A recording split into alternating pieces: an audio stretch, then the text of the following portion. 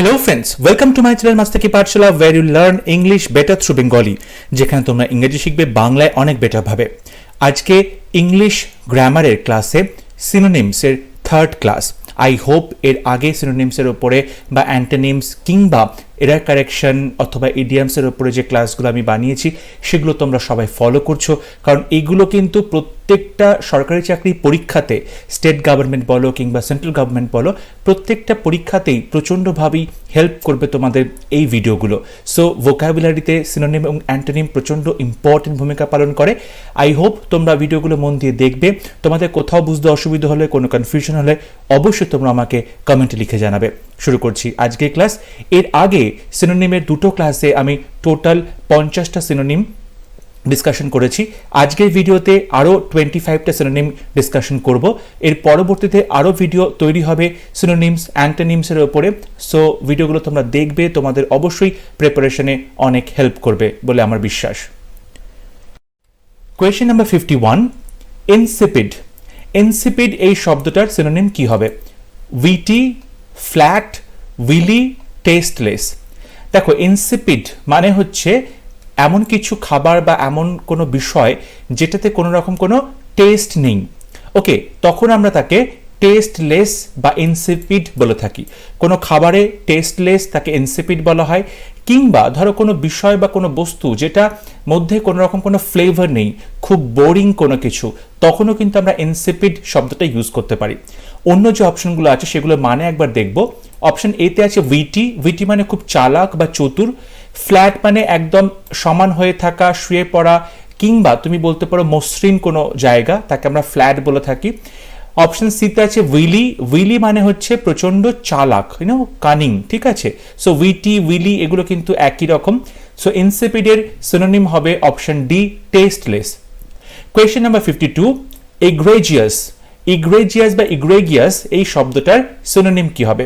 দেখো, এখানে বলছে কমন, সোশ্যাল, প্লেইন, শকিং। দেখো, ইগ্রেজিয়াস বা ইগ্রেগিয়াস এই শব্দটার অর্থ হচ্ছে প্রচণ্ড শকিং বা চমকে দেওয়ার মতো কোনো খবর বা কোনো ঘটনা, শকিং, ঠিক আছে।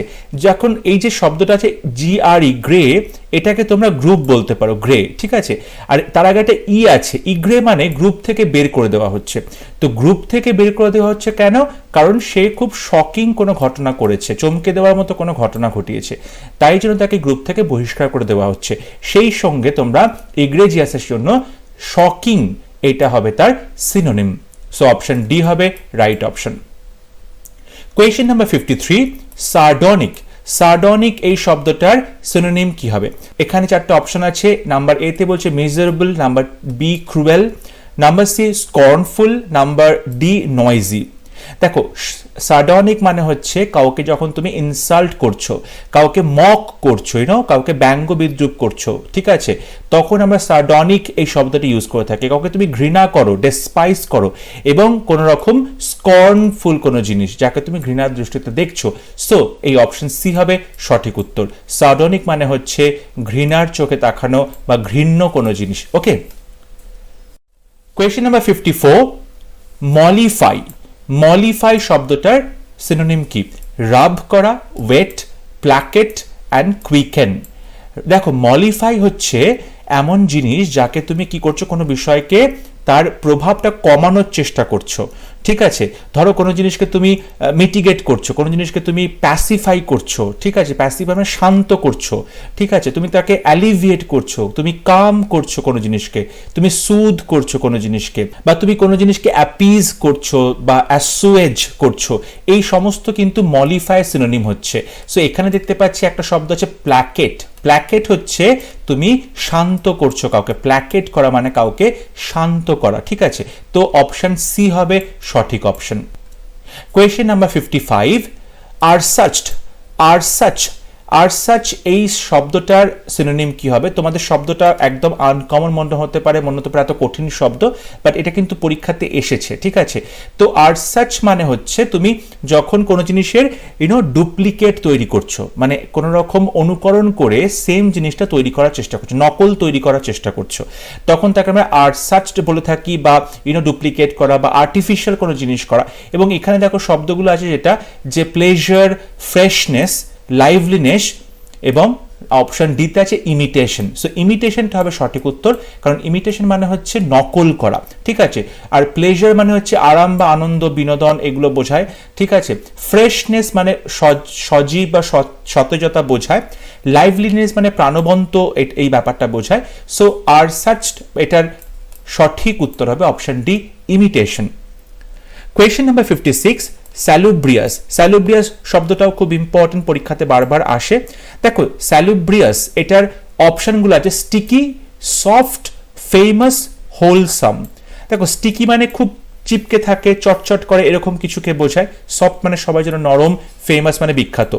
হোলসাম মানে হচ্ছে পুষ্টিকর বা স্বাস্থ্যকর। হোলসাম মানে পুষ্টিকর বা স্বাস্থ্যকর বোঝায়, খুব হেলথি বোঝায়। তো স্যালুব্রিয়াস মানে হচ্ছে হেলথি, বা অপশন ডি হবে সঠিক, হোলসাম হবে রাইট অপশন। Question number 57, রিফালজেন্ট। রিফালজেন্ট শব্দটার মানে কি? Angry, red, bright, sad. দেখো রিফালজেন্ট মানে হচ্ছে অপশন সি, ব্রাইট, প্রচন্ড উজ্জ্বল কোনো কিছু, উজ্জ্বল কালার, উজ্জ্বল লাইট, তখন আমরা তাকে ব্রাইট বলে থাকি, রিফালজেন্ট বলে থাকি, ঠিক আছে। কোয়েশ্চেন নাম্বার 58, মাটার। মাটার মানে কি? মাটার মানে অপশনগুলো আছে অ্যাপোলোজাইজ, ক্ষমা চাওয়া, বিতে বলছে গ্রাম্বল, রাগে গজগজ করা, সিতে থিঙ্ক, চিন্তা ভাবনা করা, ডিতে অ্যাড্রেস, ওকে, কাউকে তুমি সম্বোধন করছো বা কোনো ঠিকানা বোঝাচ্ছে। মাটার মানে হচ্ছে অপশন বি, রাগে গজগজ করে, ফিসফিস করে কথা বলা, মানে রাগে বিড়বিড় করা, ঠিক আছে। গ্রাম্বল করা, বিরক্ত হয়ে কিছু বিড়বিড় করে বলা, ঠিক আছে, তখন তাকে আমরা মাটারিং বা গ্রাম্বলিং বলে থাকি। সো অপশন বি হবে রাইট অপশন। Question number 59, বিগটেড।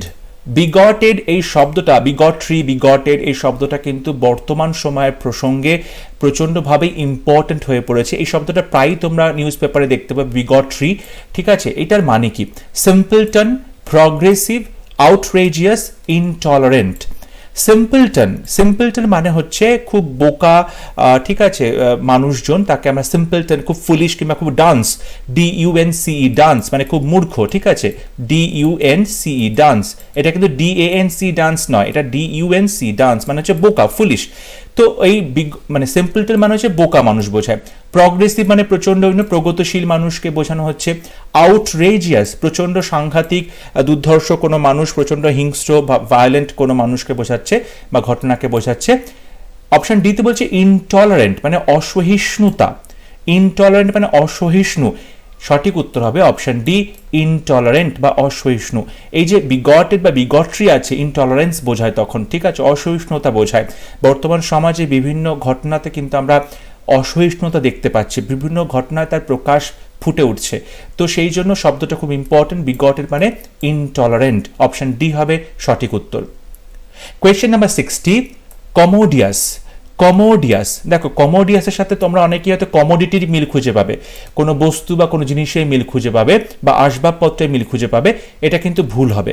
কমোডিয়াস মানে হচ্ছে স্পেশিয়াস, মানে খুব জায়গা রয়েছে, স্পেশিয়াস খোলামেলা জায়গা রয়েছে, তখন অপশন এ হবে সঠিক উত্তর। টাইডি মানে প্রচন্ড পরিষ্কার পরিচ্ছন্ন, ডিভাইন মানে স্বর্গীয় বা দৈবিক বোঝাচ্ছে, তো এগুলো সঠিক উত্তর না, সঠিক উত্তর হবে অপশন এ, স্পেশিয়াস। সো কমোডিয়াসের সিনোনিম হবে স্পেশিয়াস, মানে অনেক জায়গা রয়েছে বা খোলামেলা, এটা বোঝানো হচ্ছে। Question number 61, foresee. ফোরসি কথাটার মানে কি? কন্টেমপ্লেট করা, ওভারলুক করা, অ্যাজিউম করা, প্রেডিক্ট করা।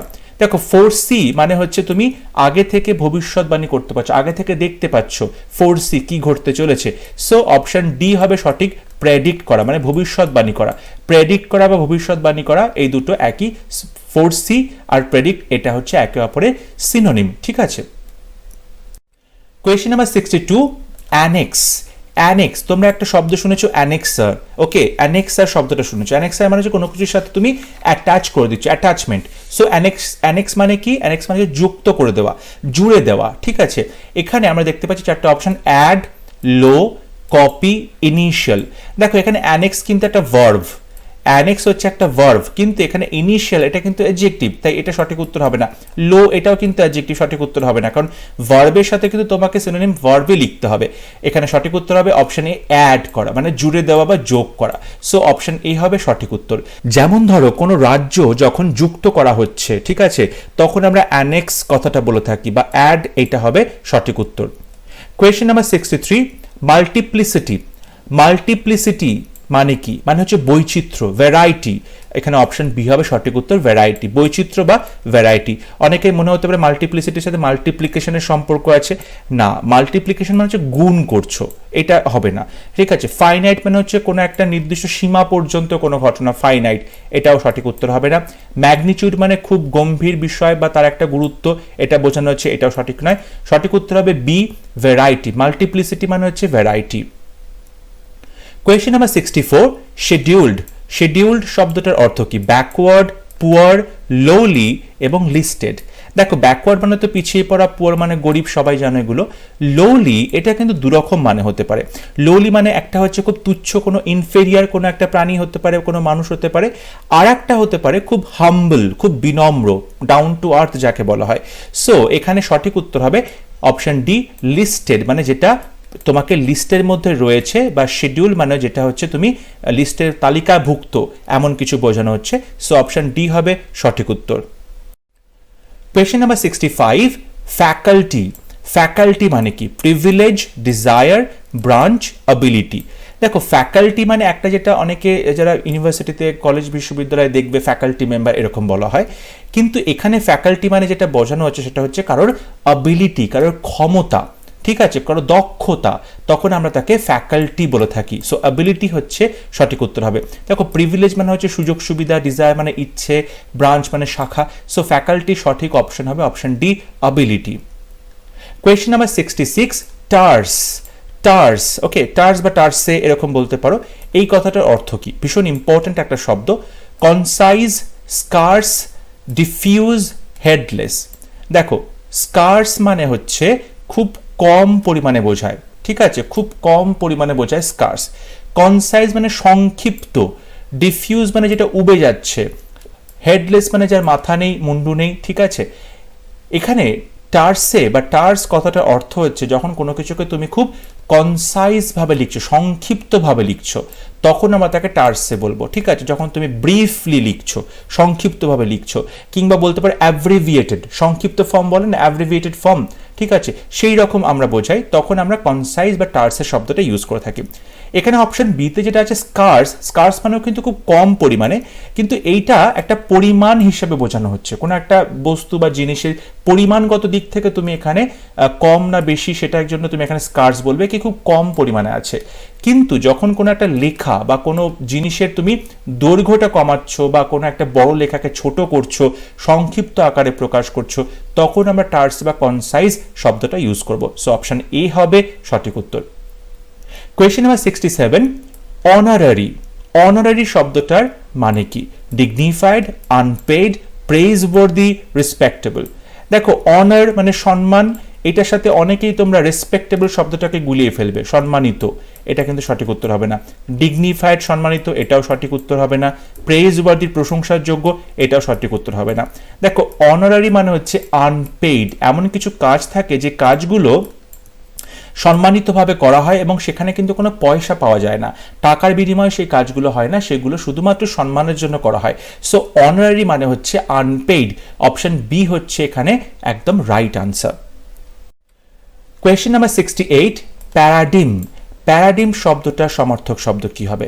এখানে অপশনস আছে solution, model, Discovery, invention. Invention মানে আবিষ্কার, ডিসকভারি মানে আবিষ্কার, সলিউশন মানে সমাধান। মডেল মানে হচ্ছে কোনো একটা রূপ বলতে পারো, মডেল, ঠিক আছে। সো অপশন বি হবে রাইট আনসার, কারণ প্যারাডিম মানে হচ্ছে কোনো মডেলকে আমরা বোঝাচ্ছি, ঠিক আছে। সো অপশন বি হবে রাইট আনসার। কোনো কিছুর ধরো কোনো ছক তৈরি করা হচ্ছে, কোনো মডেল বানানো হচ্ছে, বা কোনো একটা সামনে এক্সাম্পল দেওয়া হচ্ছে যে এটার মতো ফলো করে কোনো জিনিস বানাতে হবে বা তৈরি করতে হবে বা একে ফলো করতে হবে, তখন আমরা তাকে মডেল হিসাবে দেখতে পাই। সো এইটা হবে সঠিক উত্তর। প্যারাডিমের সিনোনিম হবে মডেল। Question number 69, ডেবোনেয়ার। ডেবোনেয়ার শব্দটার সঠিক অর্থ কি তোমায় বলতে হবে। ডেবোনেয়ার মানে তুমি বলতে পারো যে খুব কনফিডেন্ট কোনো মানুষ, খুব স্টাইলিশ কোনো মানুষ, প্রচণ্ড চার্মিং কোনো মানুষ, তাকে আমরা ডেবোনেয়ার বলে থাকি। অপশনস এতে আছে elegant, option B awkward, option C clumsy, option D difficult. দেখো, অকওয়ার্ড মানে তো জানো একটা যে একটা অদ্ভুত সিচুয়েশন বা খুব বিশ্রী রকম একটা সিচুয়েশন। ক্লামজি মানে বোঝানো হচ্ছে যে কোনো কিছু করতে কুণ্ঠা বোধ করে, ঠিক আছে, একদমই সামনে এগিয়ে এসে কোনো কাজ করে না, ক্লামসি, নিজের মধ্যে নিজেকে গুটিয়ে রাখে। অপশন এতে বলছি এলিগ্যান্ট। এলিগ্যান্ট হবে সঠিক উত্তর, কারণ এলিগ্যান্ট মানে হচ্ছে খুব কনফিডেন্ট, খুব স্টাইলিশ, খুব চার্মিং কোনো পার্সোনালিটি, তখন তাকে আমরা এলিগ্যান্ট বলে থাকি।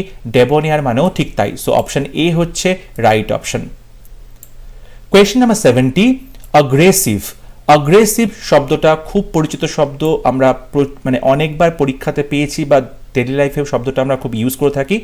ডাল, ভায়োলেন্ট, ডোলফুল এবং ইনঅ্যাক্টিভ। সঠিক উত্তর হবে ভায়োলেন্ট। অ্যাগ্রেসিভ মানে খুব মানে আগ্রাসী, বা ভায়োলেন্ট মানে হিংসাত্মক, সেরকম আমরা বলতে পারি। সো অপশন বি হবে সঠিক উত্তর। অপশন সিতে আছে ডোলফুল। ডোলফুল মানে হচ্ছে খুব দুঃখের কোনো ঘটনা বা দুঃখজনক, তখন আমরা ডোলফুল বলে থাকি। ইনঅ্যাক্টিভ মানে অকর্মণ্য, ঠিক আছে, নিষ্ক্রিয়।